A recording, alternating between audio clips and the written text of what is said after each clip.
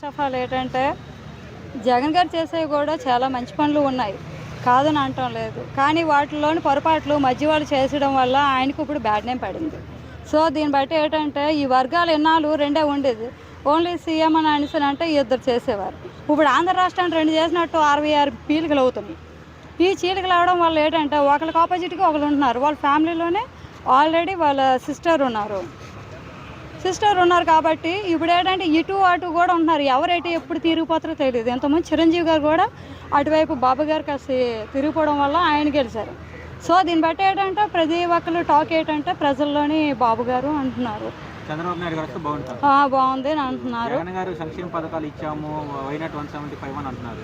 అవును, దాని మీద మీ అభిప్రాయం ఏంటి? అభిప్రాయం అంటే ఆయన పథకాలు బాగానే పెట్టారండి, కాదంటం లేదు. చిన్న బేబీ దగ్గర నుంచి అందరికీ కూడా 90% ఓల్డేజ్ వాళ్ళకి కూడా అందరికీ ఇచ్చారు, కాదంటం లేదు. కానీ అది అందులో జెండా ఎత్తినోడికి వాళ్ళకే బాగా పథకాలు దొరికాయి.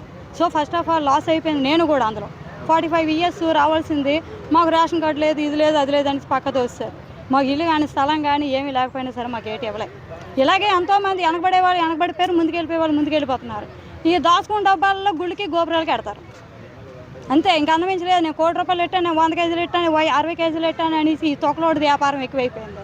ఒకటి మించిపోయి ఒకటి తల కిరీటాలు పెట్టుకోవడాలు. అంతేగాని ప్రజలకు మాత్రం వస్తుందని అనేసి అనడానికి ఏ రాజకీయ పరంగా గెలుస్తారు ఎవరో ఒకరు, కానీ గెలిచే వాళ్ళు మాత్రం ప్రజలకు వచ్చేది బూడిదే. రైతు నష్టపోతున్నాడు ఎక్కువగా. రైతు మేము పంట పోయింది, మా 15 లక్షలు లాస్ అయిపోయి హైదరాబాద్ వచ్చాం. మాకు ఏడు బాధ, ఇల్లు గీసి పిల్లలు ఎడ్యుకేషన్లు పోయి ఇక్కడ రావాల్సిన పని ఏంటి ఉంది. ఇక్కడ రేషన్ కార్డు పోయింది, ఇక్కడ రేషన్ కార్డు లేదు, అక్కడ రేషన్ కార్డు పోయింది. అయితే మా పరిస్థితి ఏంటి? ఎవరు మాకు పెట్టేది? మా కూలి చేసుకొని మా కాళ్ళ మీద నిలబడి మేము తింటున్నాం. తెల్లాలు వేస్తే కూలి పని చేసుకుంటున్నాం. ప్రతి ఒక్కరు ఇదే. అక్కడ జనాలు తాతలు ముత్తాతలు తప్ప ఎవరు లేరు అక్కడ. రేషన్ కార్డు ఎందుకు తీసేశారు మీరు?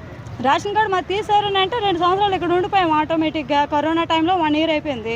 6 మంత్స్ వరకే అన్నారు. 6 మంత్ అంటే 6 మంత్ దాటిపోయింది. మరి కరోనా వచ్చి ఆల్రెడీ 3 మంత్స్ ఎంతవరకు ఉంది, 5 మంత్స్ వరకు ఉంది కదా. మరి ఆ తర్వాత ఆ నెలకే తీసిస్తే మరి ఏం చేస్తాం మేము? మా ప్రాబ్లమ్స్ ఏమి మాకుంటాయి కదా. 15 లక్షలు అప్పు అంటే మరి తల మీద కూకుంటారు కదా. సో మళ్ళీ చేయమంటే చేయట్లేదా? చేయమంటే చేస్తారు. మరి మనం వెళ్ళడానికి ఇక్కడ ఊడిపోతే అక్కడ పలానా చేద్దాం, ఇక్కడ అప్లోడ్ చేద్దాం. రైతు బంధు అనేది మీకు అందలేదమ్మా? అందుతున్నాయండి అవి. అంతే మా తాతలకు మా ముత్తాతలకు మాకేట్లేవుగా. అది ఉండేది 10 సెంట్లు ఉంటాయి వాళ్ళకి.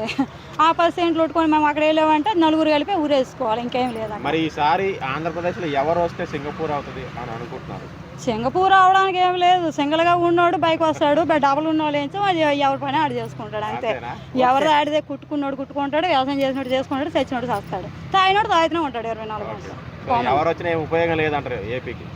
ఏపీకి ఉన్నది ఉపయోగాలు ఉన్న వాళ్ళకి ఉన్నాయి. గోదలు పెరిగిన వాళ్ళు పెరుగుతాయి, అందరూ పెరుగుతాయా?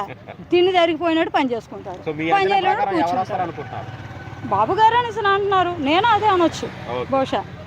ఓకే.